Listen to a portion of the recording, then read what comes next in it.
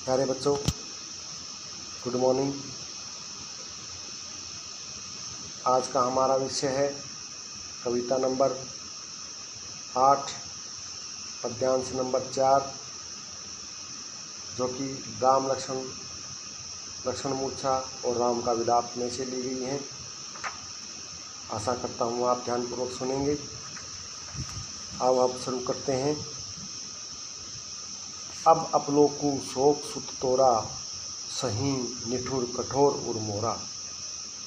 इसमें तुलसीदास जी कहते हैं कि लक्ष्मण की मूर्छा से व्याकुल श्री राम करुण विलाप करते हुए कहते हैं कि हे पुत्र, अब तो मेरे इस निष्ठुर और कठोर हृदय को इस लोक में अपयश और तुम्हारा शोक दोनों ही सहन करना होगा। निज जननी के एक कुमारा, तात तासु तुम प्राण आधारा।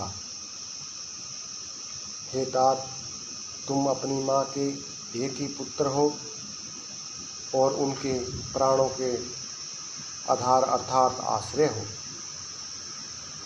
आगे कहते हैं, सौंपी मोही तुम्ही गहीं पानी, सब विधि सुखद परम हित जानी।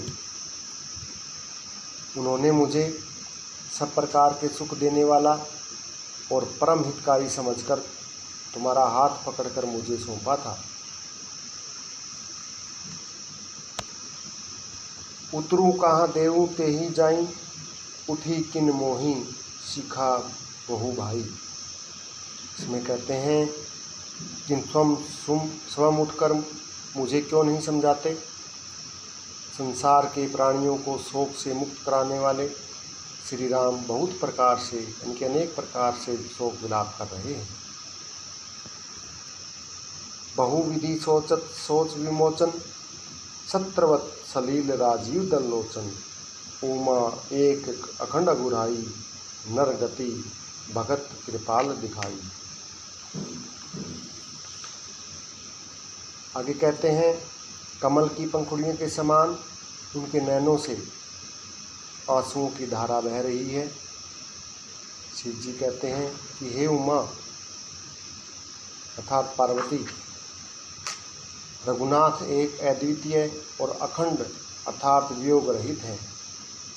भक्तों पर कृपा की वर्षा करने वाले भगवान ने इस प्रकार विलाप करके मनुष्य की मनोदशा की एक झांकी प्रस्तुत की है कि जिस प्रकार से मनुष्य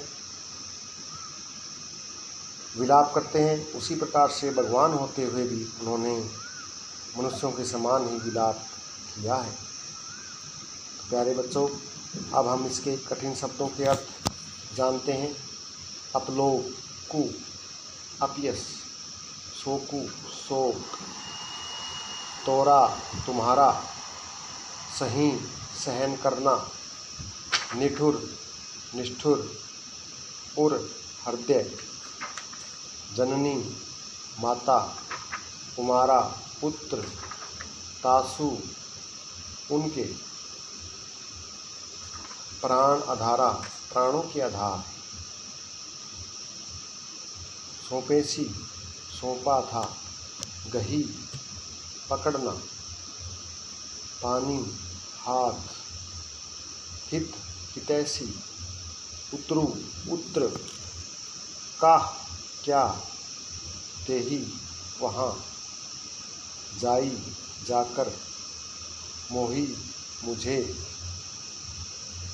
सोच विमोचन शोक मुक्त करने वाले, सत्रवत बहता है, सलील जल, राजीव कमल, लोचन नेत्र, उमा पार्वती, एक अद्वितीय अखंड वियोग रहित, रघुराई रघुकुल के राजा, गति दशा काव्यगत सौंदर्य,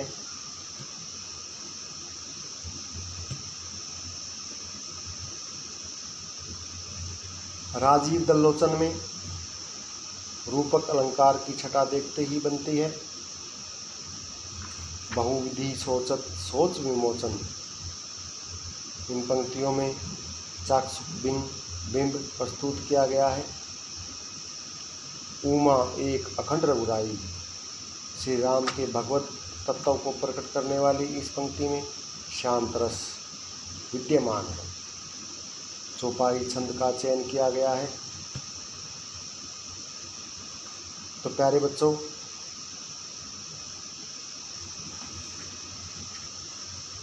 इसका ये 4th पद्यांश था जो कि यहाँ पूरा हो गया। आशा करता हूँ आपको ध्यानपूर्वक समझ में आ गया होगा। धन्यवाद।